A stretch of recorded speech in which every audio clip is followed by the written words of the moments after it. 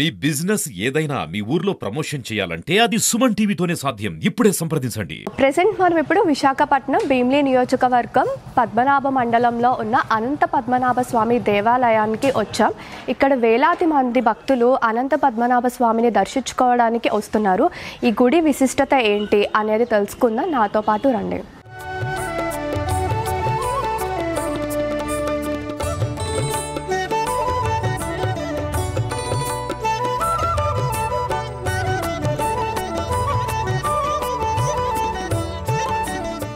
నమస్కారం పంతులు గారు. పంతులు గారు, ఈ ఆలయంలో మీరు ఎన్నాళ్ళుగా స్వామివారికి సేవ చేసుకుంటున్నారు? నేను గత 5 సంవత్సరాలుగా ఇక్కడ చేస్తున్నానమ్మా అర్చకత్వం. మా మామయ్య గారు వాళ్ళు పెద్ద పంతులు గారు 40 సంవత్సరాల నుంచి చేస్తున్నారు. స్వామివారు ఈ గుడి యొక్క విశిష్టతను మీ మాటల్లో చెప్పండి. ఓకే.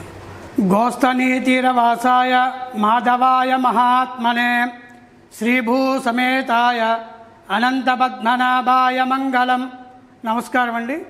మనకి కొండ మీద ఉన్నటువంటి స్వామివారు అనంత పద్మనాభ స్వామివారు పంచపాండవులు అరణ్యవాసం చేసిన తర్వాత అజ్ఞాతవాస సమయంలో ఈ శిఖరం మీద కొంతకాలం ఉన్నారు. ఈ అజ్ఞాతవాస సమయంలో పంచపాండవులు ఎవరికంటా పడినా మళ్ళీ అరణ్యవాసము అజ్ఞాతవాసము చెయ్యాలి కాబట్టి శ్రీ మహావిష్ణువు అవతారమైనటువంటి శ్రీకృష్ణుడిని ప్రార్థించగా స్వామి ప్రత్యక్షమైనమ్మటనే స్వామి మా అరణ్యవాసాన్ని దిగ్విజయం చేశారు, అలానే మా అజ్ఞాతవాసాన్ని కూడా జయప్రదం చేయమని పంచపాండవులు శ్రీకృష్ణ పరమాత్మని ప్రార్థించగా శ్రీకృష్ణ పరమాత్ముడు నేనంటే ఇక్కడ ఉండటం కుదరదు, నా చిరునామాలు వ్యక్త అవ్యక్తంగా కనిపించినట్లుగా శంకు చక్రము నామము లక్ష్మీదేవి అనంతుణ్ణి శిఖరం మీద పెట్టి వెళ్తాను, నన్ను సేవించుకోండి. అనంతుడు అనేవాడు నాకు అత్యంత ప్రీతికరమైన వాడు. భాద్రపద మాసంలో అనంతవ్రతం అనేది ఒకటి ఉన్నది. అది మీరు చేసుకున్నట్లయితే విజయాన్ని పొంది రాజ్యాభిషక్తులు అవుతారని చెప్పగా పంచపాండవులు స్వామివారిని సేవించుకొని భాద్రపద మాసంలో శుద్ధ చతుర్దశి నాడు అనంతవ్రతము చేసుకున్న తర్వాత కొద్ది రోజులకి అనగా విజయదశమి కల్లా వాళ్ళకి విజయం చేకూరి వాళ్ళు రాజ్యానికి వెళ్తారండి. అందుకే ఆ రోజు విజయదశమి అని పేరు. ఇక్కడ స్వామివారు మొత్తం కూడా సాలగ్రామ శిల మీద వెలిసిన స్వామివారండి. మీకు మధ్యలో ఇక్కడ కనిపిస్తున్న పటంలో చూస్తే తెలుస్తుందండి. మధ్యలో కనిపిస్తున్న నామము స్వామివారి కుడి పక్కన చక్రము, ఎడం పక్కన శంకు. ఇక్కడ నిదర్శనం ఏమిటయ్యా అంటే స్వామి నేటికి కూడా సర్పరూపంలో సంచరిస్తూ ఉంటారు, అదొక నిదర్శనం అండి.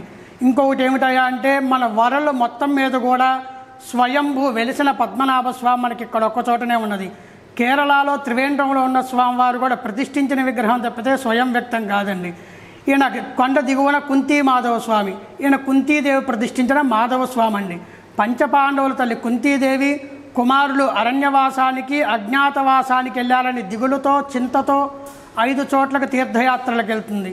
ఈ 5 చోట్ల కూడా మేనల్లుడైనటువంటి శ్రీకృష్ణుణ్ణి ప్రతిష్ఠించుకుంటూ వస్తుంది. ఎందుకయ్యా అంటే పంచపాండవులకు అరణ్యవాసము అజ్ఞాతవాస సమయంలో చేదోడు వాదోడుగా సహాయ సహకారాలు అందించాలని కృతజ్ఞతతో మేనల్లుడైనటువంటి శ్రీకృష్ణుణ్ణి ప్రతిష్ఠించుకుంటూ వస్తుందండి. ఒకటి కాశీ, రామేశ్వరం, ప్రయాగ, పిఠాపురం, పద్మనాభం ఒక్కొక్క క్షేత్రంలో ఒక్కొక్క పేరుతో ప్రతిష్ఠించుకుంటూ వస్తుంది.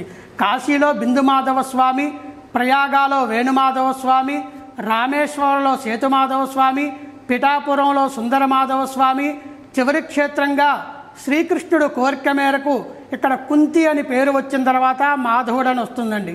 ఈ 5 క్షేత్రాలను కూడా పంచమాధవ స్వామి క్షేత్రాలు లేదా కుంతి మాధవ స్వామి క్షేత్రాలు అంటారండి. ఈ పంచపాండవులు వీళ్ళు సామ్రాజ్యానికి వెళ్ళిపోయిన తర్వాత మన విజయనగరం సామ్రాజ్యం ఏర్పడిన తర్వాత విజయనగరం రాజాగారి కలలో స్వామివారు ప్రత్యక్షమయ్యి పలానా అనంతగిరి మీద వెలిశాను, దేవాలయం నిర్మాణం చేయమని ఆజ్ఞాపించగా మన విజయనగరం రాజాగారు మొత్తం కూడా 104 దేవాలయాలు నిర్మాణం చేశారండి. ఆ 104 దేవాలయాల్లో ఈ 2 దేవాలయాలు ఉన్నాయండి. కొండ మీదన అనంత పద్మనాభ స్వామి, కొండ దిగువన కుంతీ మాధవ స్వామి.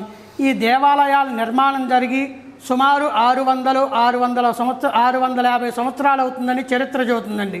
ఇక్కడ ప్రతి సంవత్సరం కూడా 4 పెద్ద ఉత్సవాలు జరుగుతాయండి. భాద్రపద మాసంలో అనంత పద్మనాభ స్వామి వ్రతాలు, ఆశ్వీజ మాసంలో స్వామివారికి పవిత్రోత్సవాలు, కార్తీక మాసం నెల రోజులు కూడా విశేషంగా స్వామివారికి ఆరాధన కార్యక్రమాలు జరిగి కార్తీక మాసంలో లాస్ట్ రోజున రాత్రిపూట అమావాస్య కలిగిన రోజున దీపోత్సవం జరుగుతుంది, కొండ వెలుగని జరుగుతుంది. ఈ 1278 మెట్లకు కూడా తైల దీపాలంకరణ సేవ జరుగుతుంది. ఫాల్గుణ మాసంలో స్వామివారి ఏకాదశి రోజు కళ్యాణం, త్రయోదశికి తెప్పోత్సవం, పౌర్ణమికి రథయాత్రలు జరుగుతాయండి.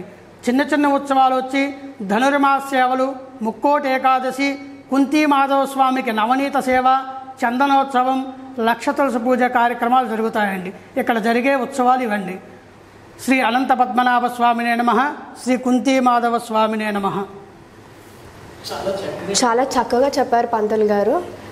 పైనున్నటువంటి అనంత పద్మనాభ స్వామిని దర్శించుకోవడానికి భక్తులు మెట్లు ద్వారాగా వెళ్తూ ఉంటారు. అలాగే కార్తీక మాసంలో చివరి రోజు అంటే చివరి వారంలో మెట్లకి ఇరువైపులా 2 దీపాలతో కోటి దీపారాధన భక్తులు చేస్తూ ఉంటారు. అలాగే చివరి మెట్టు వరకు అంటే స్వామిని దర్శించుకునే చివరి మెట్టు వరకు చేస్తూ ఉంటారు. దీన్ని కోటి దీపోత్సవం అని కూడా పిలుస్తారు.